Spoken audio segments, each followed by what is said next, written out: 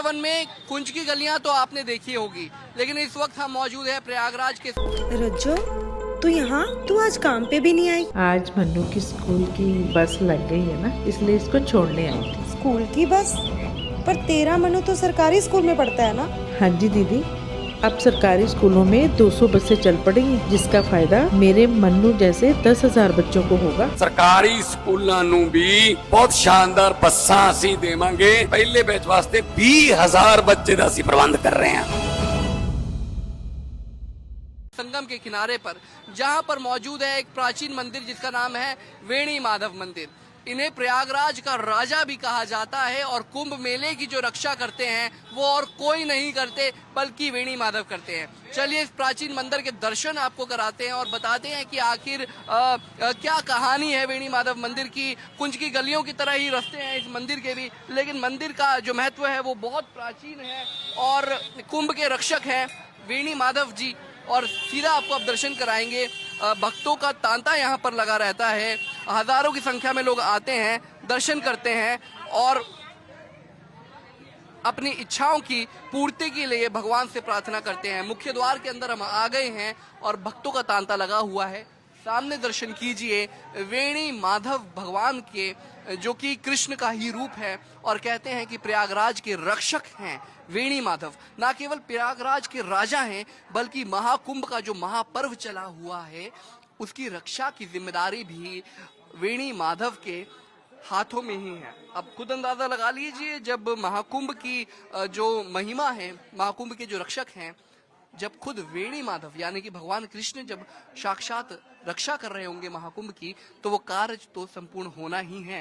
तो ये दिव्य तस्वीरें देखिए वेणी माधव मंदिर की हम आपको दिखा रहे हैं। भक्त आशीर्वाद ले रहे हैं, परिक्रमा कर रहे हैं। उतना ही महत्व है इस मंदिर का। अगर संगम पर आ रहे हैं तो दर्शन जरूर कीजिएगा। और तस्वीरें देखिए, भगवान कृष्ण का रूप है, साथ में राधा भी है और राधा कृष्ण की छवि है।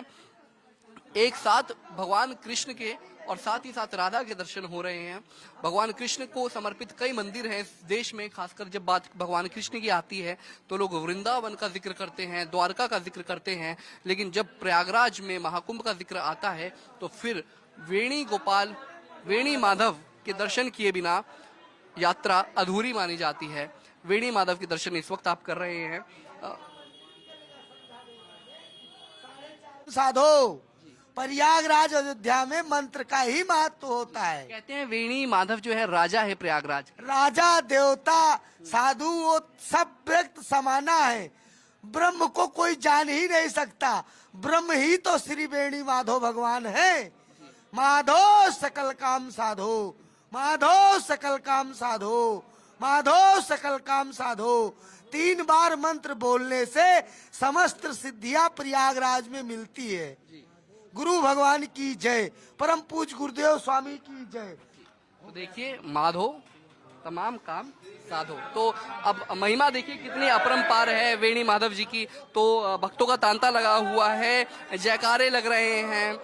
भगवान श्री कृष्ण के वेणी माधव का रूप है भगवान श्री कृष्ण का। वैसे तो भगवान कृष्ण के कई रूप है, कभी कहीं द्वारकाधीश का रूप है तो कहीं बंसी बजाते हुए कृष्ण आपको नजर आएंगे। लेकिन ये तस्वीरें वाकई में बेहद अद्भुत, बेहद विचित्र तस्वीरें हैं, क्योंकि प्रयागराज की जो रक्षा करने की जिम्मेदारी है वो जिम्मेदारी वेणी माधव की है और उनके दर्शन करने के लिए इस वक्त तांता लगा हुआ है। मौनी अमावस्या का वक्त नजदीक आते जा रहा है और ऐसे में प्रयागराज में श्रद्धालुओं का भी तांता बढ़ता जा रहा है। और तस्वीरें इस वक्त आप वेणी माधव मंदिर की देख पा रहे हैं। श्रद्धालु दर्शन कर रहे हैं, हजारों की संख्या में श्रद्धालु आ रहे हैं। देखिए बात जब कृष्ण की जाती है तो मुझे वो एक श्लोक याद आ रहा है। कहते हैं ईश्वर परम कृष्ण सच्चिदानंद विग्रह अनादिर आदिर गोविंदम।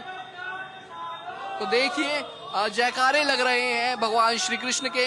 माधव रूप की पूजा की जा रही है। मैं आपको बता दूं कि ये रूप बेहद महत्वपूर्ण है कृष्ण का। और ये तस्वीरें देखिए आपको दिखा रहे हैं, भगवान कृष्ण का आशीर्वाद लेने के लिए तांता लगा हुआ है और ये मंदिर समर्पित है भगवान श्री कृष्ण के उस रूप को जिस रूप में प्रयागराज की रक्षा कर रहे हैं। प्रयागराज के राजा हैं वेणी माधव और रक्षा कर रहे हैं महाकुंभ की। कैमरामैन रिंकू के साथ सौरभ, पंजाब केसरी टीवी। हमसे जुड़े रहने के लिए हमारे YouTube चैनल को सब्सक्राइब करें और नई वीडियो की नोटिफिकेशन के लिए बेल आइकॉन को दबाएं। अगर आप ये वीडियो Facebook पर देख रहे हैं तो लाइक जरूर करें और ज्यादा से ज्यादा शेयर करें। धन्यवाद।